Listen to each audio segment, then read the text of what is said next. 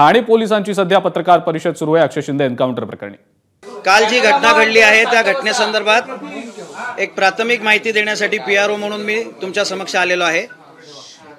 काल 23/9/2024 रोजी Badlapur police station गुन्हा रजिस्ट्रेशन क्रमांक 380/2024 जो यापूर्वी बाल लैंगिक अत्याचारा संदर्भात होता,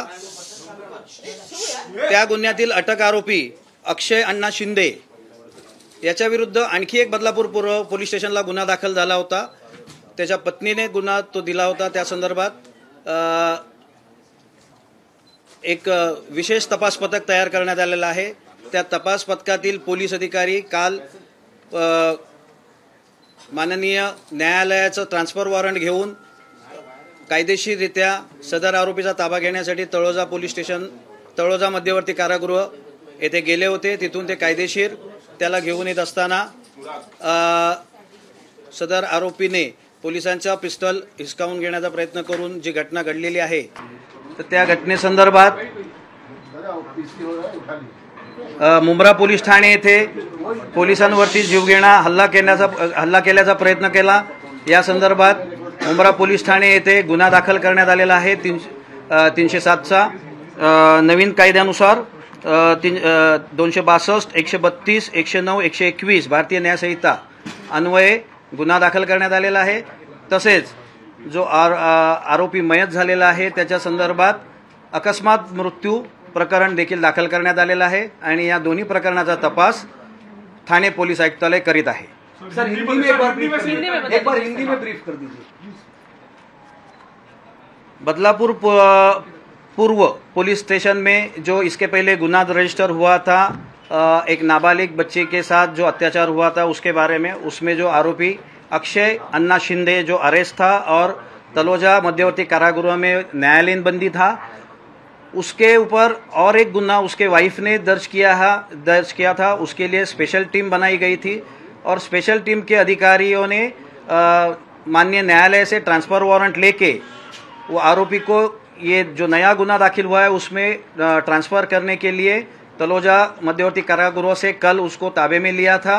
और ताबे में लेके जब वो आ रहे थे थाना की तरफ, तब आरोपी ने पुलिस का रिवॉल्वर छीन के जो पुलिस के साथ पुलिस के ऊपर फायरिंग की। उसके वो सब जो मैटर है उसमें मुंब्रा पुलिस स्टेशन में पुलिस के ऊपर जानलेवा हमला करने का जो ये था, उस पर गुना रजिस्टर किया गया है। भारतीय न्याय संहिता जो नया एक्ट है उसके तहत गुना रजिस्टर किया गया है और उसमें जो आरोपी है उसका देहांत हुआ है, तो उसके बारे में एक अकस्मात मृत्यु रजिस्ट्रेशन किया गया है। दोनों का तपास थाना पुलिस कर रही है। सर ये घटना कैसे घटित हुई? चलती गाड़ी में घटना घटित हुई, वैन के अंदर ही पूरा हुआ, पुलिस पर फायरिंग हुई या फिर ये सब तपासाधीन है और इसके बारे में मैं अभी आपको ज़्यादा जानकारी नहीं दे पाऊंगा। ये इतनी जो फॉर्मल जो इन्फॉर्मेशन थी वो मैंने आपको दी है। इसके अलावा मैं आपको ज़्यादा जानकारी नहीं दे सकता।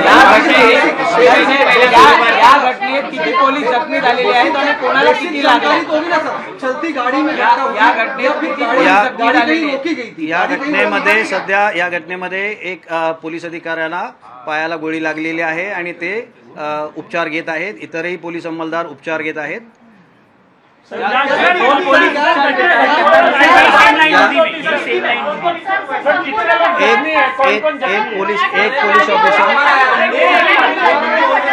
एक पुलिस ऑफिसर जख्मी हुआ है, उसके पैर में गोली लगी हुई है। जुपिटर अस्पताल में उनके ऊपर इलाज चालू है। बाकी के पुलिस भी उपचार ले रहे हैं। जुपिटर अस्पताल में वो दाखिल है। इससे ज़्यादा जानकारी मैं आपको नहीं दे सकता हूँ।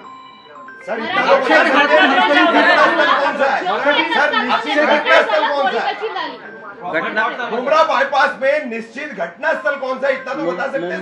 मुंब्रा बाईपास के यहाँ जो मुंब्रा देवी का जो मंदिर है उसके पायथे के नीचे वहाँ पे हुआ है। साळवी साहेब घटनाक्रम तुम्ही मराठीत पूर्ण सांगा।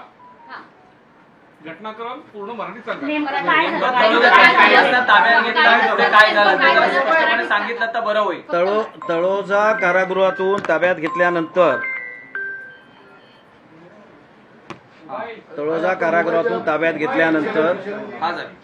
ताब्यात घेतल्यानंतर त्याला रस्त्यात घेऊन येत होते.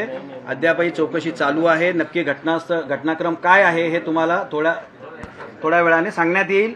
तपासाधीन आहे प्रकरण. आत्ताच त्याच्यावर काही बोलणं जास्त योग्य आहे. तर ठाणे पोलिसांनी पत्रकार परिषद घेत कालच्या सगळ्या घटनेप्रकरणीची प्राथमिक माहिती दिलेली आहे. पोलिसांची पिस्तूल हिसकावून पोलिसांवरच आरोपी अक्षय शिंदेनं गोळीबार केल्याचं पोलिसांनी सांगितलंय. एबीपी माझा, उघडा डोळे बघा नीट.